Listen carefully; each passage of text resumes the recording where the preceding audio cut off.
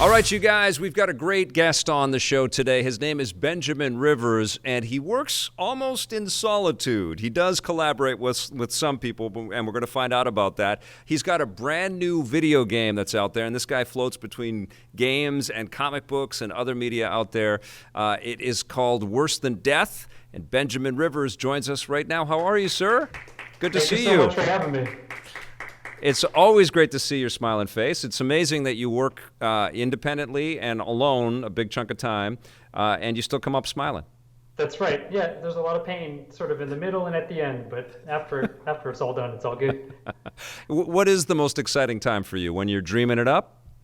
Yeah, there's like a bookend of when you first get the idea and you know that it's something you like, and then the part where you release it to the world and that frantic sort of fear at the end. Those are the two most exciting parts. And in the middle is the development forest where you're lost in the dark for a long time and you're not sure which way is what.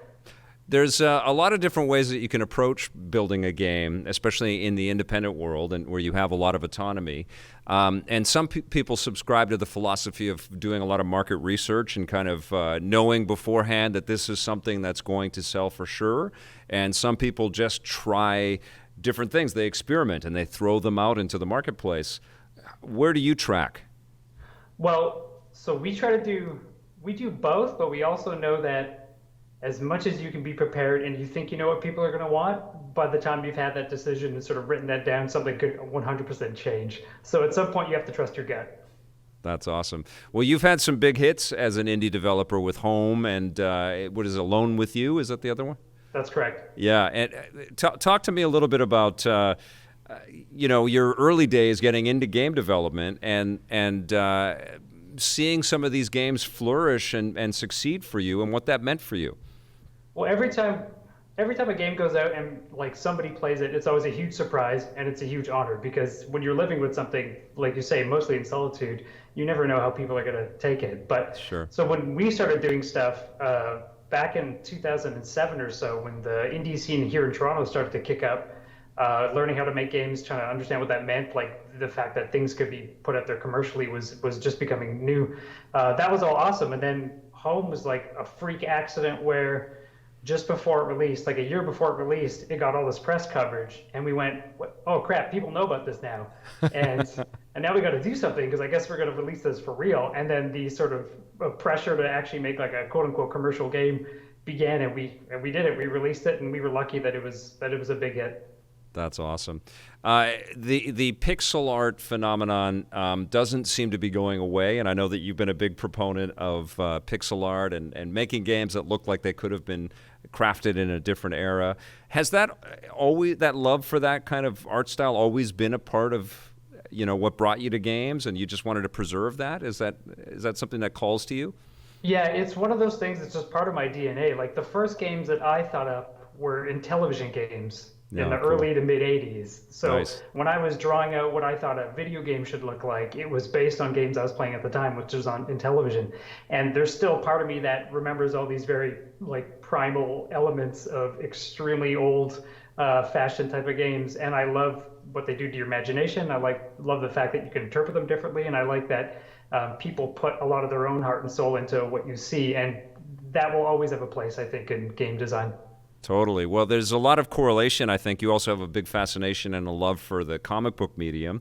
And I think that there is a terrific correlation between the work that you do in video games and comic books. Even, I mean, you've got sort of comic panel story bits in Worse Than Death, but even in the game art, even when you're controlling the character, it still feels like they could be panels within a comic book. Is that a deliberate thing for you? Absolutely. Like one of the original tomes of sort of comic design and how it works, like understanding comics, that's how I learned to interpret everything visually. And what you learn about making things iconic, making things readable, learning how to make space between, images and actions and time, they apply both to comics and to games. And sometimes we design stuff and we make it full high res and we make it very explicit. And I don't quite like it as much as doing certain pixel art takes on it because you get more of the interpretation and imagination aspect. That's awesome. Okay, well, take us into your process a little bit, and then we're going to dive into the story of Worse Than Death and everything. But I know this a bit because I've spent some time with you, and I watched you do some work on this game, and it was amazing. But for those that don't know, how do you go about building a game like Worse Than Death? So previously, when we'd made stuff, like I was always trapped at my desk, essentially, always coding or doing art on a tablet or something like that. And the unique opportunity we have at Worse Than Death was that I got an iPad Pro. Actually, my wife Nancy, who makes games with me, made me get one. And then this app called Procreate came out, and it was the first sort of professional drawing app that I had used. And it was recommended to me by comic book artist friends. And once I used that, I said, oh man, I think we can like do something really cool with this. And after some tests, we said, we could just do art on this and I don't have to be stuck at my desk all the time. So that's when we realized we could do this full comic book suite of art and cutscenes and all these sort of puzzles, sequences. And rather than just be doing art, pixel by pixel for backgrounds or whatnot, or just doing it like on a Wacom tablet, I got to take an iPad out and just draw the way I normally do. And it made everything very different because no longer it felt like I was just getting things done because I had to do it. I realized like I can get things done way faster and I have more ideas and things are easier to implement. And I'm used to this process from being a comic artist and working on other creative aspects. So we just got to do more stuff. So there's like way more puzzles, way more sort of content in the game because it was way easier to do this time around. That's amazing. Do the people at Procreate know that you did this? Yeah, we got in touch with them pretty early once we had spoken to Apple about what we were doing and saw that we were doing this specifically for games because a lot of what they had been posting was about other sorts of art, especially fine art, and they thought it was actually pretty cool. That's awesome, man. I know that one of the things that you do, let's talk about you and your passion for games because you stream games all the time, don't you? You go back into your library and you love to sort of acknowledge and appreciate the retro stuff. Is that, some kind, do you get inspiration from that, or is this a way to kind of connect with the players of your games? Why do you do that? A lot of it is because I have, like you say, this catalog of games that I love, but I think about them like 24/7. Like about their design, who made them, why they were made, when they were made, all the little things that you notice. And at some point, you just got to share that with people. So whenever I stream games, I always talk about the history. I notice all these design things, and I point out a bunch of lessons that I've learned and things that you may not notice, and try to do like a deep dive as you're playing it. Because when I play with other game design friends, that's what we're all pointing out to each other. Like, did you realize how well this level was laid out? Did you understand this trick that they used? And that's what makes me want to go back and say, okay, for this next area we're going to do in the game, remember that lesson you learned from Quake or Doom or whatever it was, and find a way to implement that. Are you one of the CRT purists out there? Do you get the classic consoles and the original cartridges? It's got to be on CRT, and then somehow you digitally get it out onto Twitch, or how do you do it? So I actually have it's increasingly intense setup in the living room where we have like a big 4K TV, but I do have classic consoles with expensive cables and special boxes so that I'm playing off like an original Sega CDX with a special RGB cable to a 4K TV, and it's all running at like beautiful resolution with wireless controllers. I have unfortunately become that guy now, and it's awesome. I'm that guy too. I just reported on the analog, the Pocket, the new Gameboy thing, which I bet you're excited for. Extremely excited, yes. Do you wish that your games could be Game Boy games? Well, Home was actually, if you look at the original resolution of Home, it technically fits in the Game Boy screen, and that was a bit of the initial challenge. So sometimes when I work on a game design, I think, could I reduce this down to a Game Boy game, and would it still be good? If so, then the design works. That's terrific. Okay, so Worse Than Death, is it tied to the narrative of any of your other games, or is it a completely fresh story? I will tell you that it is a fresh story, but if you pay attention and you look hard enough, you might find another answer to that question as well. So there's a Benjamin Rivers verse that That's you're building. Right. Yes. The cinematic universe. Give us like 10 years, people will start to notice. It'll be great. That's fantastic. Well, take us into the tale a little bit. What did you want to create with Worse Than Death? Sure. So it's about a high school reunion that goes horribly wrong. That's kind of how we describe it. And it's about this woman named Holly who comes back to her small town to go to a high school, which nobody ever wants to go to, or a high school reunion rather. And what Nancy and I wanted to do was make a horror game that had no subtlety whatsoever. We wanted something that was like an X-Files episode where some big bang happens, the plot suddenly hangs a left, everyone's running for their lives, and then it's just constant panic from that moment on. So rather than do this game like I often want to do with like these slow pans and this real slow burn about these dark, dreadful scenes, I really just wanted to make something really impactful and fun and kind of heavy metal where things go sideways real quick, and then at that point you're just constantly running for your life and everything gets more and more gruesome and messed up until the very end. The run button plays a big part in this game, doesn't it? Yeah, and a lot of that was realizing when you look at a lot of horror games, especially 2D ones, most of them are very, very slow. Yeah. And even traditional ones like Silent Hill or Fatal Frame, they don't ever get you moving too quickly. Yeah. But I noticed a lot of the newer horror games that were often first person that involved a lot of hiding, they often prioritize like those panicked moments where you're just running for your life and you don't know. And I realized that's a lot of fun. Like that adrenaline rush just naturally comes. Yeah. And I didn't want to make another game where you only walked. I wanted you to be running or like wanted to run constantly. I'm having this flashback from like 2001 where I interviewed a developer at Interplay who was making a game called Run Like Hell. It was a survival horror game, and it was all about running away from monsters. That's awesome. I also noticed, was this an homage to the Rolling Thunder franchise where you're ducking into cover and getting away from the monster and stuff? That is a very good call and a good reference. I didn't consciously think about that, but now that you mentioned it, that is one of the earliest or probably the earliest version of that mechanic. So yeah, that's probably where I got it from. I just didn't realize it. Well, yeah, it was definitely emulated a lot. I don't know if Bionic Commando pulled that as well, but I remember loving doing that back in the day. It's so cool, right, that we live in this era where you can connect those threads, and a lot of those games, especially this year, seem to be available to us. Yeah, it's pretty rad. But there's always so many things. Like I think the game that I thought of the most when I initially did like the hide in the background mechanic was, oddly enough, Blackthorn. Do you remember that? Yeah, I love that game. That was a Blizzard game. That was the first console game I played that had that mechanic, and I went, oh, you can use a 2D space and have a 3D element, and it's kind of just one button. That's so cool. Do you ever look up some of these developers and some of the people that worked on some of this classic stuff? And I don't know if there's any kind of a fraternity there or any kind of connection at all to some of your heroes in 2D design.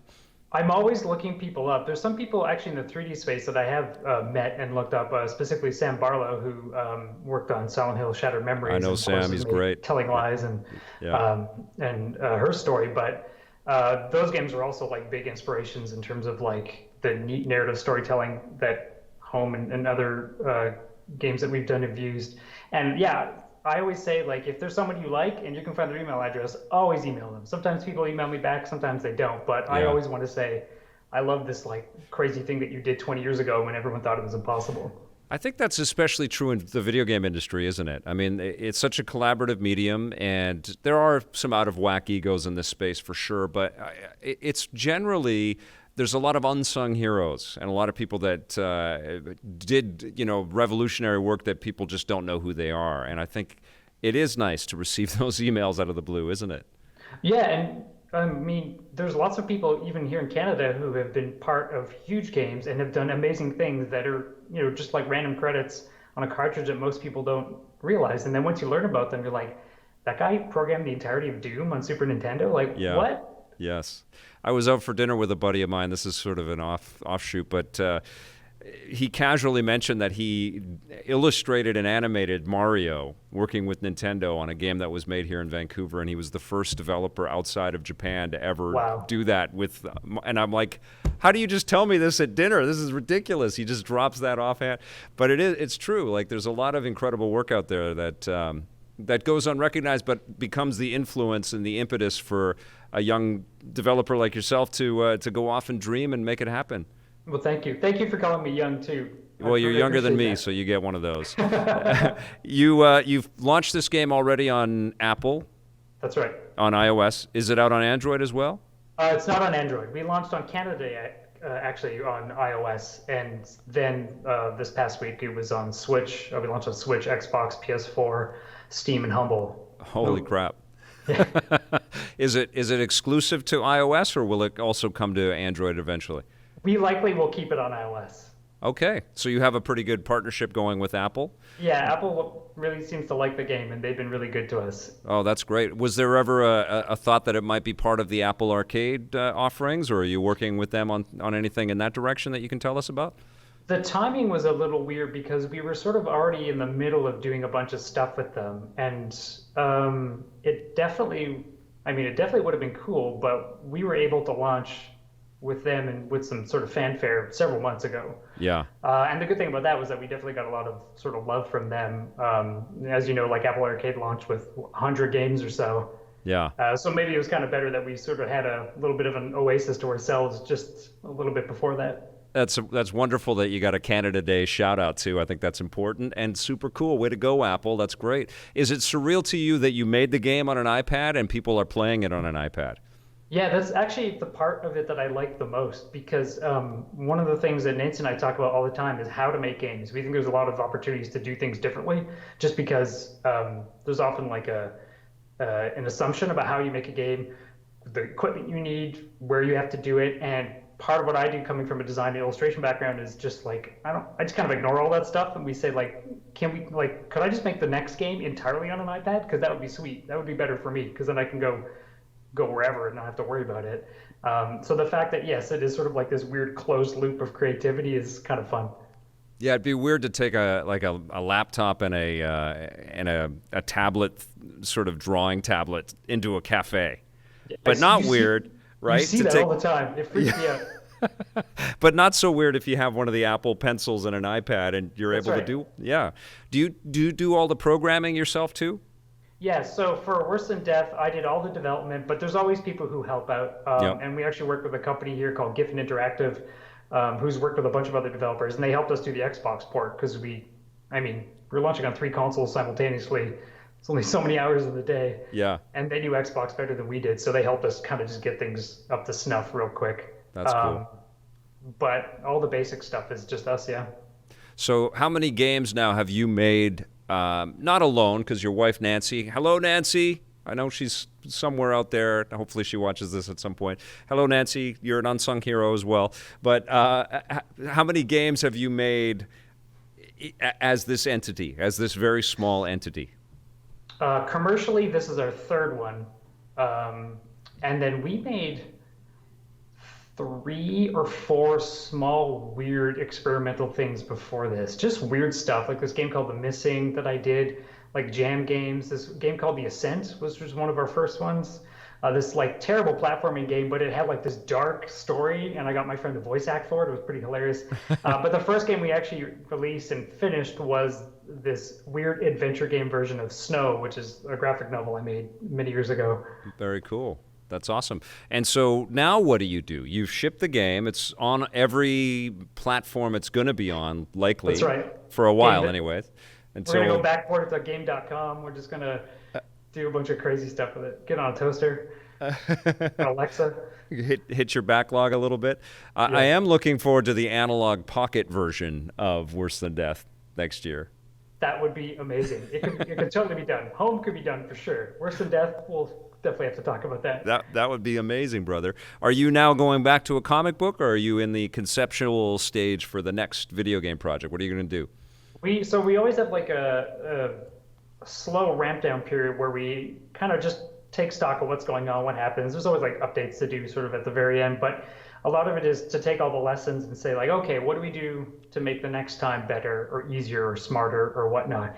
So after Alone With You, I think I was 2 days before I started coming up with a new game, and then Nancy was like, no, you have to take a break. So we did. And this time it was similar. It took 3 days and I was already starting to jam on some ideas. And we said, no, we're going to take a break and then we'll come back to this in the new year. Yeah, you got to force yourself to just chill. And I guess this must be a pretty cool time for you too, because you hear from people that are finding your game and you talk with people that are reviewing it. And this is, I guess, a time to kind of collect the feedback from people, right? Yeah, and the weird thing is, like, you can have as many people as you want during development tell you they think something is good or bad or give you feedback. throughout, but it never feels like it means anything until like the mysterious public gets their hands on it. And if some random person on Twitter says like, "Hey, I played your game, I think it's great," it feels amazing. And if a review comes out and someone said, and they get it and they're hitting all the points that you want them to hit and they're understanding it and they're syncing with sort of the intent of it, then that feels great. Awesome. But a million people could tell you that while you're working on it, you just don't believe them. It's just a weird side effect of how this works. I love it, dude. Okay, I'm going to give you a little reviews on the run opportunity here. What should people be playing other than your game? Oh God, there's a game coming out on Switch on November 7th called Tokyo Dark Remembrance. It's by friends of ours who are developers in Japan. They originally released the game, I think a year and a half ago or 2 years ago on Steam, and it's like a director's cut remaster. It's a super dark detective, like really dark horror adventure game with sort of visual novel elements and an amazing soundtrack. And that's the #1 game I'm looking forward to this season. What's it called? Tokyo Dark Remembrance. Tokyo Dark Remembrance. Okay, you're a comic book fan as well. What should people be reading? Oh man, I actually just finished reading the sort of House of X, Powers of X thing because I hadn't read any X-Men stuff in a long time, and that was cool. But what I'm actually looking forward to is checking out the new Blade Runner 2049 comic. I missed a few issues, and it looks amazing. The art looks amazing. I'm hoping it's good, but you got my attention. It looks like a winner, yeah. Yeah, dude, that's great. Benjamin, I love having you on, and if it's all right with you, I'm going to reach out in a couple of months, and we'll have you back. Sounds great. All right, pal. Good luck with Worse Than Death. Thank you so much, sir. All Thank right, you, everyone.